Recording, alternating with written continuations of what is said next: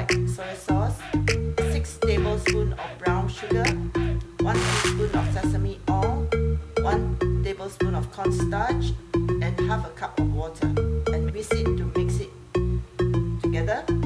Then here we have 6 pieces of dried chili chopped, 1 tablespoon of minced garlic, 1 tablespoon of minced ginger, and 1 stalk of spring onion chopped.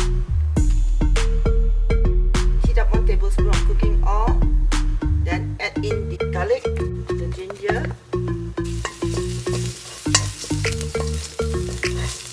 the dried chili, and the spring onion. Stir fry until it's aromatic. Stir the sauce mixture to make sure that the cornstarch is soft, and then go into the stir. Make sure everything is well combined and bring it to the sauce ball chicken.